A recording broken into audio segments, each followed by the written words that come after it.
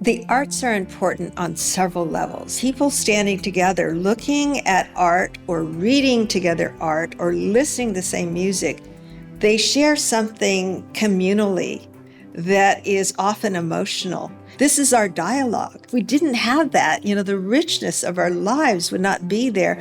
The things that feed our minds and our hearts and that feed generations of the ideas and values that we're passing on, that's all within the arts.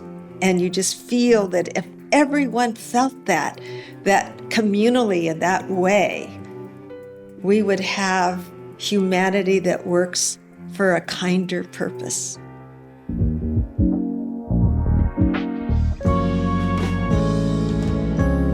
I'm Amy Tan, and this is how art changed me. As a kid, I always loved to draw. Part of that was my ability to go into a private place and be by myself and not having anybody tell me what to do. Nobody scolding me. My parents were immigrants who came to the States in 1947 and 49, and they were very pragmatic people who had lost their identities. And when you come to this country, you have to work hard and keep your focus on survival and then making your life better for your kids.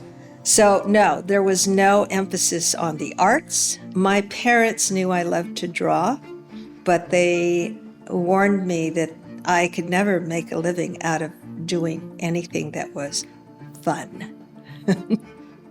Guess what? Writing is an act of making sense of the world as I see it and as I feel it. And I make up stories because in real life you can't contain all the variables as they occurred at the time. So I bring in all these pieces and the emotions, and I dig and dig and dig and dig. And eventually I come up with one truth, and it's about the way things felt and why that was true. People think fiction is lies. You just contrive all kinds of things that are not true. Fiction is always about finding personal truth. That is what it is for me. And so it's my truth. It's not everybody else's. It's not the reader's truth. But amazingly, when you're more specific about your personal truth, a lot of people take that as their personal truth because we're all finding meaning. We want to find that. We want to find value. We want to find purpose. We want to make sense of the things that were traumatic in our lives, the failures, the tragedies, the romances that didn't happen, all of that. And I found I could do that in a story. I want to make that very clear that fiction is not to do something contrived to educate people and make people think better about whatever it is in the world that needs to be delved into more. But at the same time, that's what it does. That's what art does. It's like a subterfuge for getting to people in a way, because it approaches that through the spirit of the person, through the individuality of what you're feeling and what you're sensing is important, the perspective that is fresh and new, and you have to have it come from within you. The privilege of it is you can't expect it, you don't deserve it, but then somehow the magic happens and people like it. This is a book that has a photo of my grandmother on it, my mother's mother.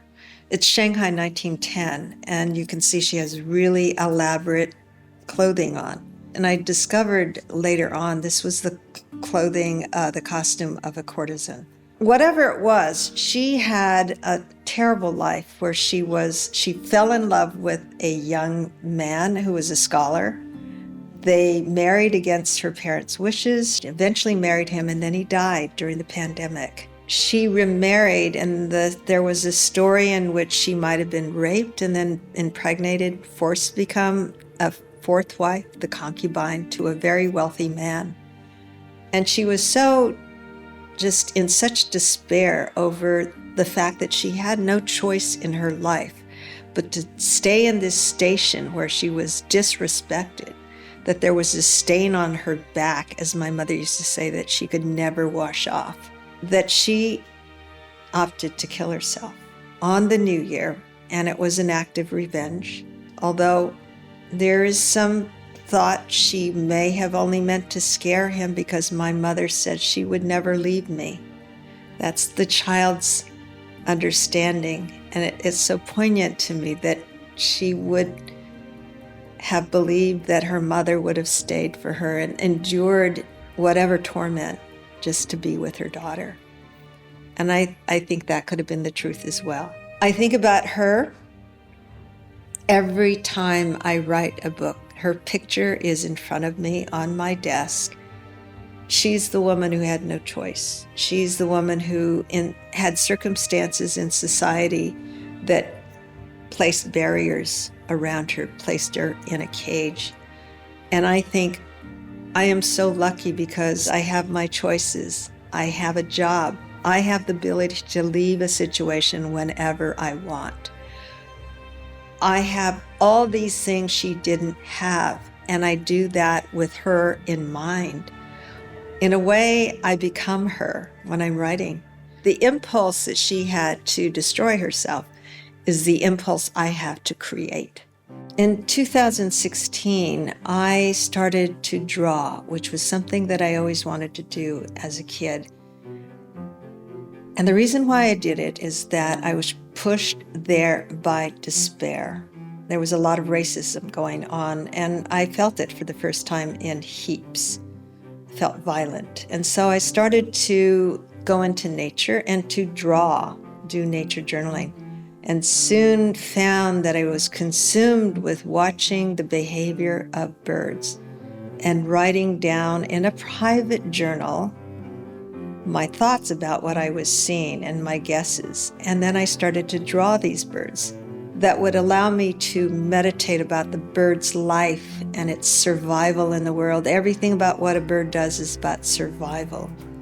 And I was able to look at that as a template almost in terms of what was happening in the world and our survival. They were always meant to be private, meaning I could just write whatever I wanted in the journal. I could ask those ethical questions. I could reflect on what I felt.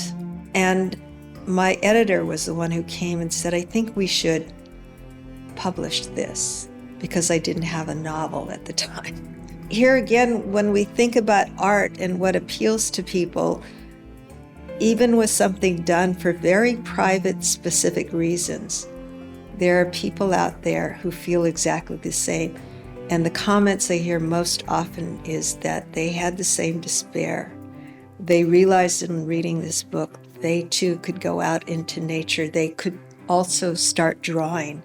They could do something that would bring back joy in their lives, because joy in itself is meaningful, but it's also a protest against anything that is making you despair. Happiness is a protest.